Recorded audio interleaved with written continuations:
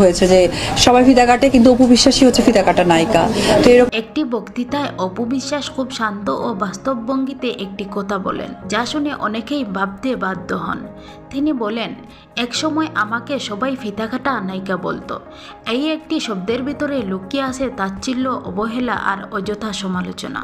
তখন তার কাজ, তার পরিচয় সব কিছুই ছোটো করে দেখানো হতো। কিন্তু সময় কখনো এক জায়গায় দাঁড়িয়ে থাকে না। অপু বিশ্বাস সেই কথার পরেই হাসি মুখে বললেন, আর এখন তো দেখছি সবাই ফিতা কাটে।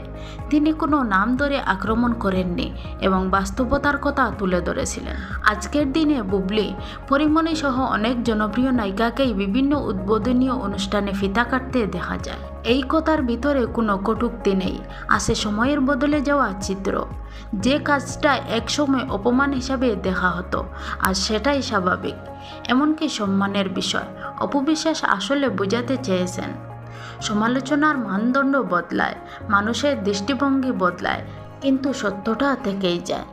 এই বক্তব্যের মাধ্যমে অপু বিশ্বাস আবারও প্রমাণ করলেন তিনি অভিজ্ঞ, পরিণত এবং বাস্তবতাকে সহজভাবে গ্রহণ করতে জানেন।